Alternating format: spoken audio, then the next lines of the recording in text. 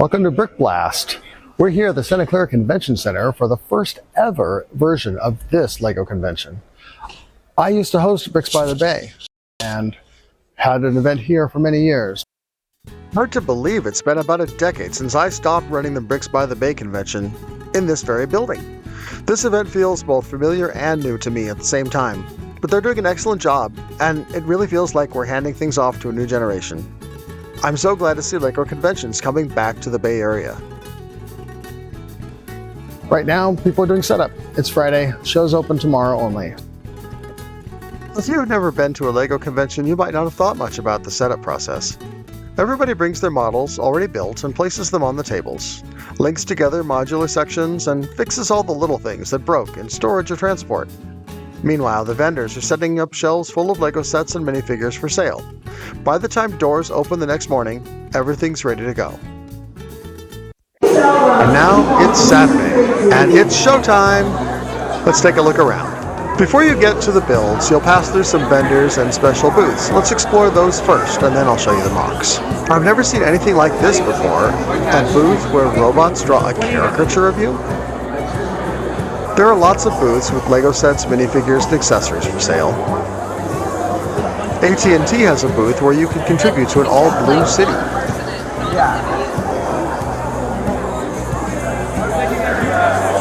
This fishbowl toss game lets kids try to throw a ball into a bowl to win a prize.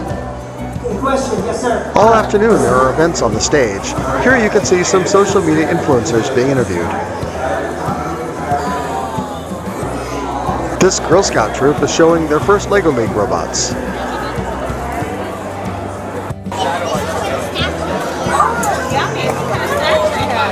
Some transparent colored LEGO parts are fluorescent. When black light shines on them, they glow. It's fun to have this whole area that's nothing but glowing parts under black light. Kids are having a lot of fun building with those.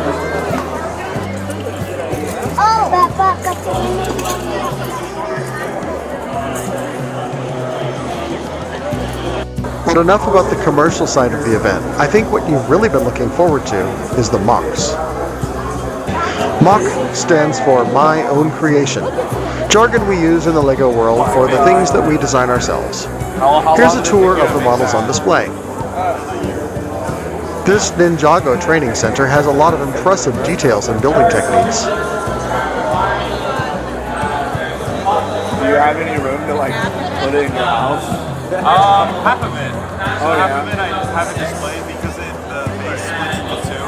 I store this section of it, and then These map models are made by Atlas Guo, who just moved to the Bay Area from Wisconsin where he studied geography. He's from China, and he picked Atlas as his English name. I had a nice chat with him Friday about his work. He's doing both virtual models and physical builds representing different places. And he's just joined BayLUG. On this one, you know what California is.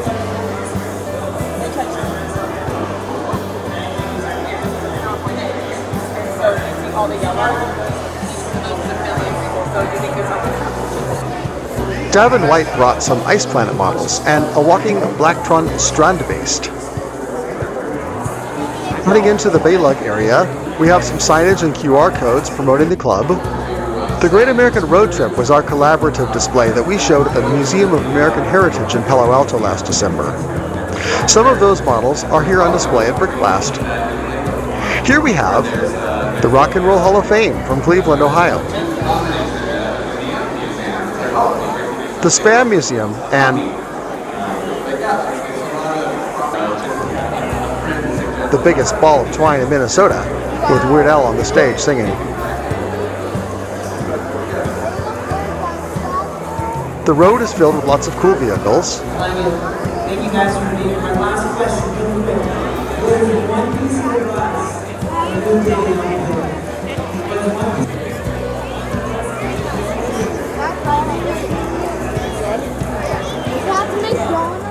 Here's a Desert Southwest section with UFOs and Route 66 MOCs and vehicles from the Disney Cars movies.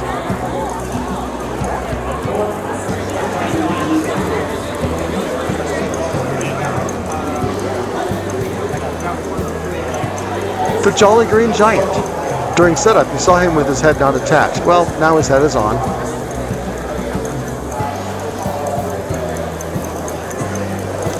the road to Hana on Maui.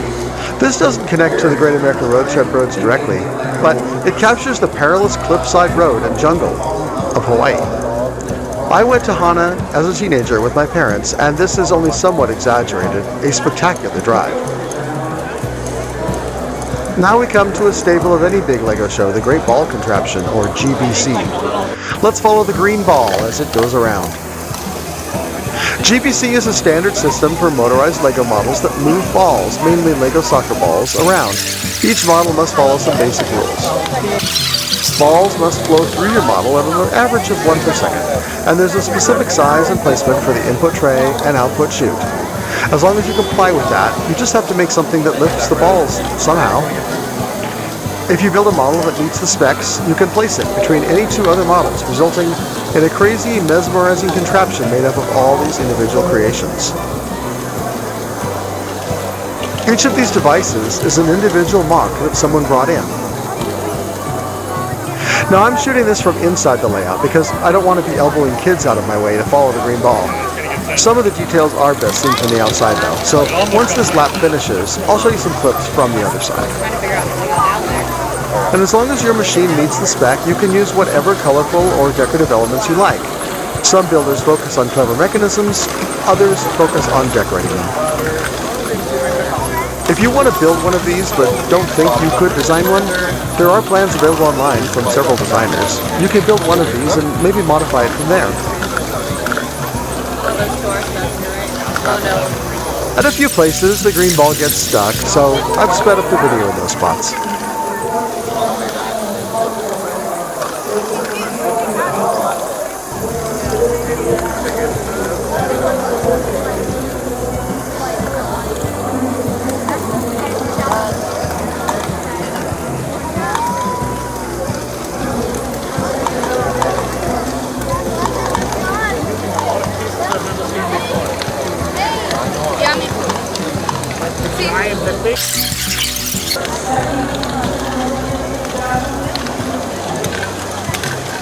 Hey, look at the Ferris wheel. What a wreck.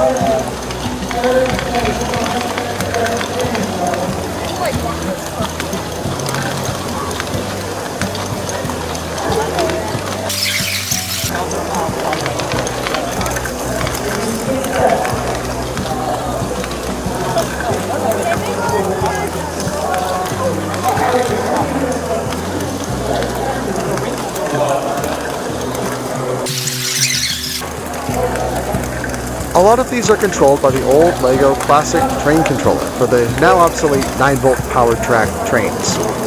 This lets you fine-tune the speed your machine runs at so that it plays well with its neighbors.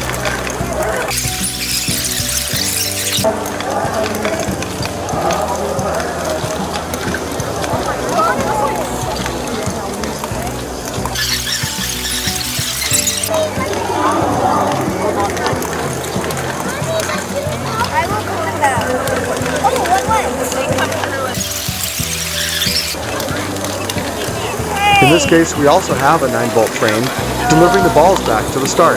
Once the balls make it all the way around to the end of this section, this machine holds on to them. When the train pulls up, a batch gets dumped in and the train drives off.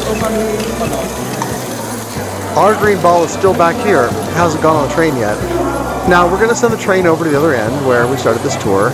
It'll dump out those balls and come back for more, including our green ball. At the other end, a mechanism lifts the hopper off the train and dumps it into the starting contraption where we began. Then the train returns for another batch.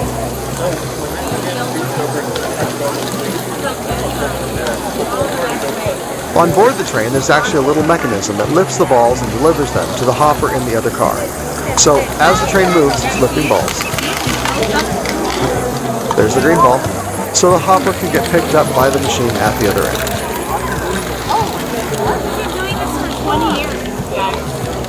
Like this piece?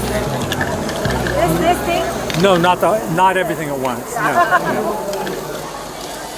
That concludes our green ball lap. Here on the outside, you can see this machine actually counts the balls. Every time the ones row fills up, it spills one ball over to the tens and so on down the line. Here are some of the machines that you can't see well from the inside. A lot of these have some really cool coloring and details.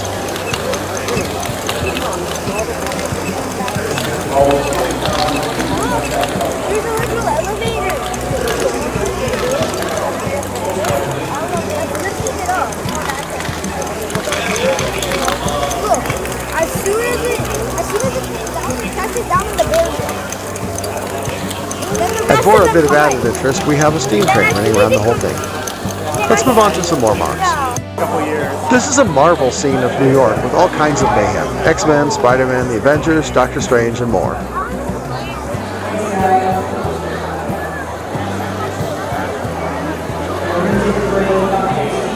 Lots of wonderful details in these models. This is brought up from Southern California for the show.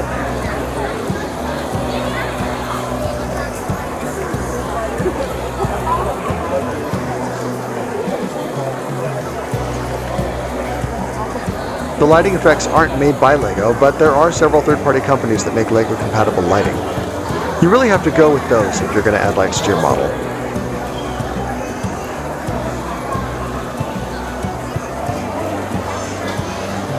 This is what I've brought, Engine de Poterie, the math rock duo from Quebec. I'll be posting more about that shortly, but here's a tease. Last year we had the road trip, as I mentioned before. The year before that was the Once Upon a Time collaboration with lots of medieval and fantasy builds.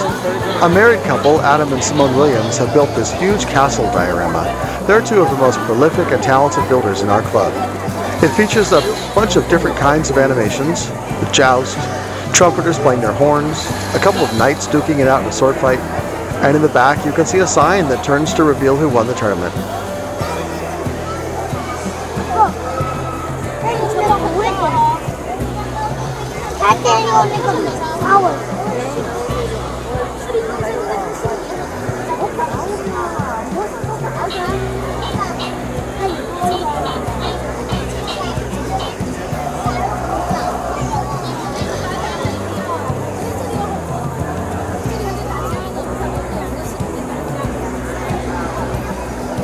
They also have dragons attacking the castle. You can see the rotating fire and a spinning frost spell from the sorcerer fighting off the dragon over here.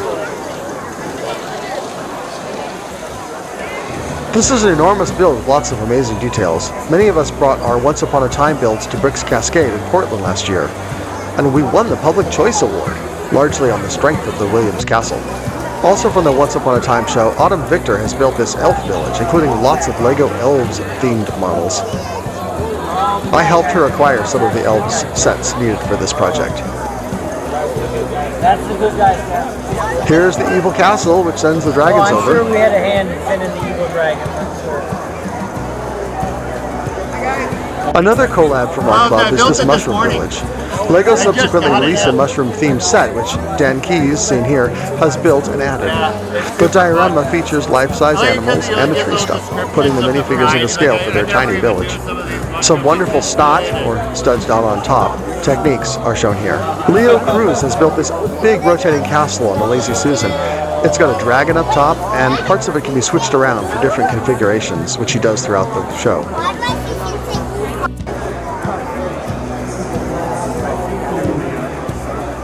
LEGO's Winter Village sets inspired this little North Pole diorama. And these are Margaret's models. Crayon Beams is her handle online. This one is a take on René Magritte's This Is Not a Pipe artwork, but here the text is in Danish, meaning this is not a brick. She's built this nice houndstooth mosaic pattern and a model of herself at her job as a park ranger for the National Park Service. This Solvang sign is from another LEGO event held in that small Southern California town. These builds are each made from a single LEGO set. He rebuilds Star Wars sets into other Star Wars creations, and this corgi is built from the LEGO Orange Cat set.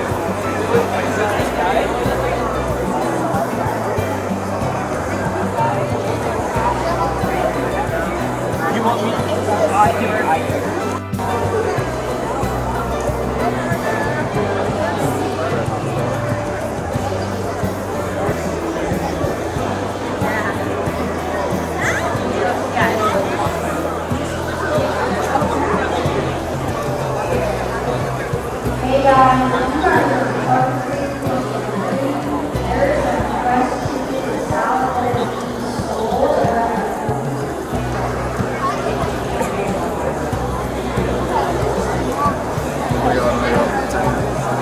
I believe this is a mock of the Flying Dutchman from Pirates of the Caribbean. Even bigger and more detailed than any LEGO pirate set I've seen. Here's an Army helicopter with spinning rotors and a V-22 Osprey loading up with soldiers. An incredibly realistic scene. This builder goes by Mr. Rogers. Not that Mr. Rogers, obviously, but that's his brand. He's built this model of the eastern span of the Bay Bridge, complete with cars and trucks and a cargo ship passing underneath. And I love his little trolley. Check out the lettering on this black cat mosaic. And the cat itself, of course. It can be very hard to get that right with stop techniques. And the layered look adds some nice depth. The Bionicle ball and socket system gives some great techniques for building posable figures that I've never really explored. Dave Foreman here was always showing Bionicle models at Bricks by the Bay, and it's nice to see him again after a few years.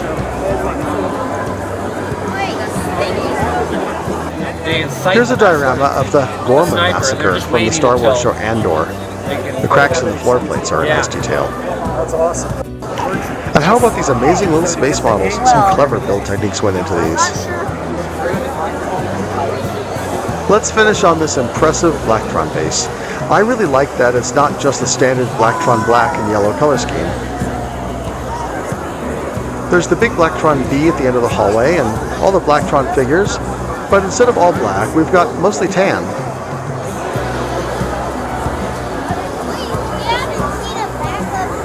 This model has a lot of cool lighting and action going on.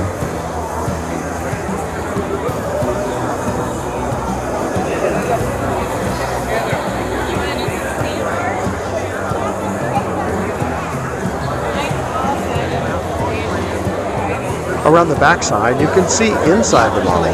There are detailed interiors with lighting, and since this model is on a standalone island of tables, you can see it from all sides. So that wraps up our tour of Brick Blast. Next year they're planning a much bigger event, 3 days rather than just the one. Plus, there's another new LEGO convention happening at the end of October at the same Santa Clara Convention Center. It's called Brick Realm, and it takes place over Halloween weekend. Maybe we'll see you there. If you have any questions or would like to know more about anything shown here, leave a comment below. Comment your favorite parts, and like and subscribe and all that business if you want to see more from me. In the meantime, I hope you join me again for my next video.